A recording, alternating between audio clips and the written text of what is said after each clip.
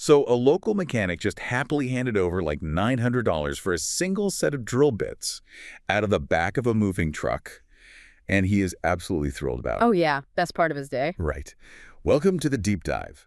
Today, we are looking at why the most lucrative franchise you could own might not be, a brick-and-mortar store at all. It's a high-end retail shop on wheels. Exactly. Yeah. I mean, if you are sitting there staring at a spreadsheet right now under fluorescent lights, dreaming of handing in your badge and escaping the corporate 9 to 5, you've probably pictured buying a franchise. Sure, that's the dream. But that usually comes with this terrifying image, right? Signing a massive ironclad 10-year commercial lease for some retail shop. Which is an incredibly intimidating leap.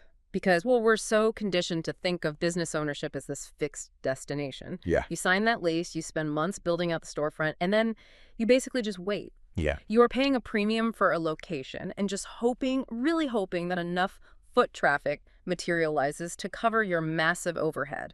Which brings us to our mission for today.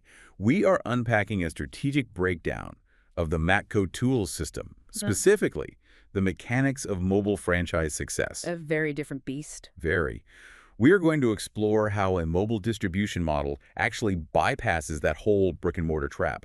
We'll dive into the buyer psychology, the high-ticket unit economics, and the strict legal realities of making this work. It's a lot to cover. It is. Yeah. Okay, let's unpack this. How does putting a business on wheels fundamentally change the game? Well, what's fascinating here is that it shifts the entire dynamic of customer acquisition.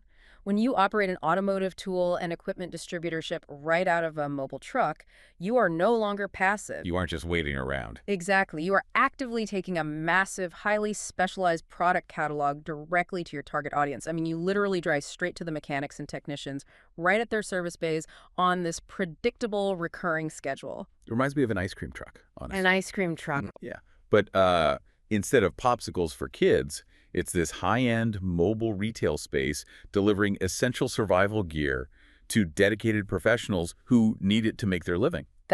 Actually, that's a perfect way to look at it. It's the ultimate convenience play. Yeah. Because these mechanics, they're on the clock. Right. They are turning wrenches to make a living. They do not have the luxury of clocking out, getting in their car, and driving across town to a hardware store just to hunt down one specific tool. Right, exactly. Time is literally money for them. By bringing the retail space directly to their service bay, the franchise removes every single point of friction in the buying process. You just integrate yourself directly into their daily workflow. So when a tech realizes they're missing a crucial tool, boom, your truck is parked outside. Precisely. You become an indispensable part of their routine. And that creates an entirely different kind of customer loyalty than a traditional retail store ever could. That makes total sense in theory. But let's talk about the reality of what is actually changing hands inside that truck. I mean, we're not talking about basic household hammers here. No, definitely not. To make a moving truck profitable, you have to master your unit economics, which basically means making sure the profit from every single stop outweighs the fixed costs, your gas, your time, your inventory. And the product mix is the engine of those unit economics. Matco balances high-demand daily consumables with massive high-ticket investments. Okay, let's look at the consumables first. Right. So these are items technicians abuse heavily every single day, like Matco's proprietary hyperstep drill bits. The catalog offers these incredibly precise increments. We're talking ranging from 3/32 and 1/8 of an inch all the way up to 9/64 and 11/32 of an inch. And this brings me back to the hook, because the sources mention a 29-piece cobalt set of these hyperstep bits that retails for over $900. Yeah, quite the price tag. One mechanic even reviewed them as beast mode bits. But I mean, let's be real here. $900 for drill bits sounds totally absurd to a layman. Sure does. Why on earth would anyone pay that when you can buy a drill bit set online for like $30? Well, it comes down to what we can call the mechanics math. The mechanics math. Yeah, let's say a technician uses a cheap $30 drill bit on an engine block. Under high torque, that cheap brittle metal snaps off deep inside the engine. Oh, no. Right. Now, that mechanic has to spend 3 hours carefully extracting the broken bit without damaging the client's car. Wow, that's 3 hours of completely unbillable labor. Exactly the problem. If their shop rate is $150 an hour, that cheap bit just costs them $450 in lost time. Just gone. Yep. So a $900 cobalt set that powers through thick steel without breaking, it literally pays for itself in just 2 avoided disasters. To a professional, they aren't buying a piece of metal, they're buying insurance for their own efficiency. That completely changes the perspective. It's not a cost, it's like a yield-protecting asset. Exactly. And I see in the sources there are other daily necessities doing the same thing, like their 3/8-inch drive 88-tooth locking flex ratchet, reviewers call it the best ratchet, or their digital tire inflator, which gets cited as a day-to-day workhorse. Because when a franchisee supplies a tool that becomes the most frequently used item in someone's hands, they establish immense trust. That Wow. daily reliability keeps the cash flow moving. But the real profit multipliers are on the other side of the aisle, the high-ticket shop equipment. The heavy hitters, we're talking advanced diagnostics like the Maximus Lita scan tool. The sources say it's praised for its live data features, and heavy-duty pneumatic options like a half-inch drive air impact wrench. Oh, absolutely. But wait, the sources point out this toolbox configurator. This is where a technician can custom build their heavy-duty storage. A franchisee could sell a 35-inch by 21-inch rolling tool cart for over $1,400. It's mad. Yeah, and then add a 57-piece Chrome Master socket set for nearly $400, and that's an almost $2,000 transaction. Let me play devil's advocate here. Okay, go for it. I can go to a big box hardware store this afternoon and buy a heavy-duty rolling tool chest for $400. Why is a professional mechanic paying a $1,000 premium to buy it out of the back of this truck? The difference is professional grade versus consumer grade structural integrity. The cart you buy at a big box store is designed to hold maybe a few dozen tools in a residential garage. Right. A professional mechanic is loading hundreds of pounds of solid steel onto those shelves. If you put 500 pounds of pneumatic tools into a consumer-grade cart, the casters will buckle, the drawers will warp, and the tracks will fail within months. Oh, wow. The $1,400 Matco cart is engineered to withstand daily industrial abuse, and it comes with warranties that back up that durability. Okay, I buy the quality difference. But here's where it gets really interesting. I'm looking at this from the perspective of the franchisee who owns the truck. If I am the local owner, how do I convince a 24-year-old mechanic to drop $1,400 on a metal cart without destroying my own cash flow? I certainly don't want to act as a collections agency, chasing down a mechanic every week for a $50 payment. Nobody wants to do that. Right. If a few mechanics default, my truck goes bankrupt. That is the brilliance of the corporate structure here. The franchisee doesn't carry that note. Matco provides corporate-backed financial services. Wait, really? Yeah. When that mechanic buys the $1,400 cart, the corporate infrastructure handles the financing, the background checks, and the risk distribution. Oh, that changes everything. It does.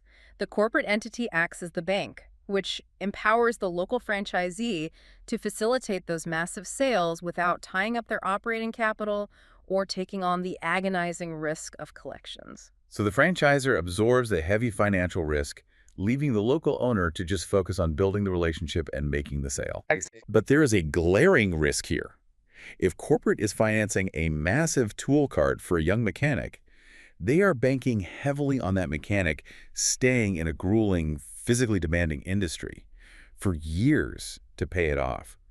How do they mitigate the massive turnover in the auto repair industry? By capturing the mechanic before they even feel the burnout, Matco runs a dedicated student program. They engage with technicians while they are still in trade school. Oh, that's smart. It's like giving a computer science student a free MacBook.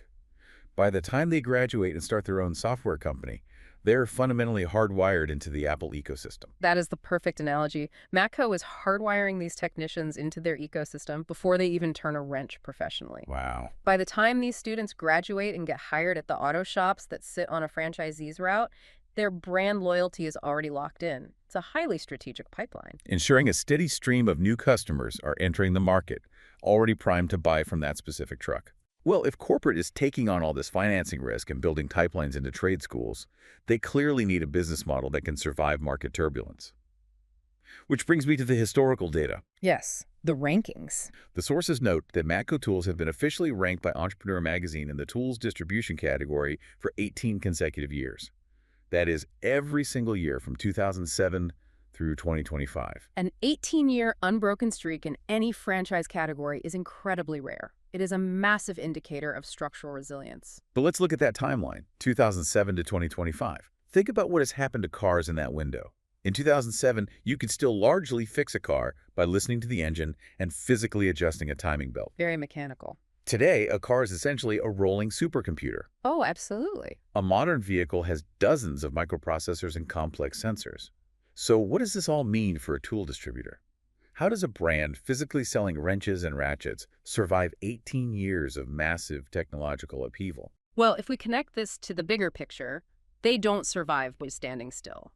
That 18-year ranking is a massive green flag for investors. It proves the franchisor is aggressively evolving their product catalog. They aren't just resting on their laurels. Not at all. They transitioned from heavily relying on basic analog tools to developing advanced digital diagnostics. You mentioned the Maximus Lido scan tool earlier.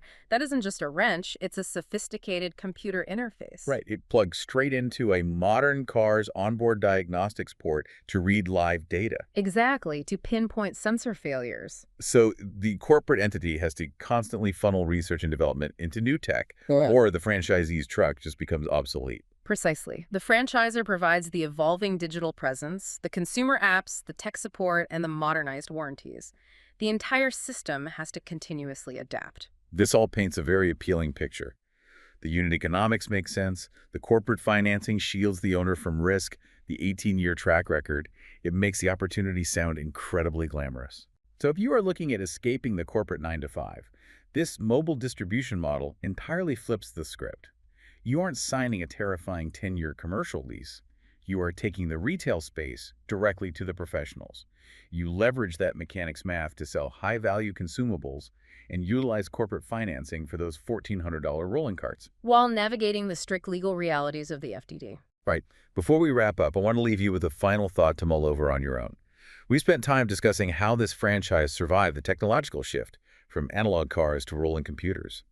But looking past 2025, the automotive industry is staring down the rapid rise of fully electric vehicles. Oh, that's a massive shift. Yeah, EVs have entirely different internal architectures, far fewer traditional mechanical parts.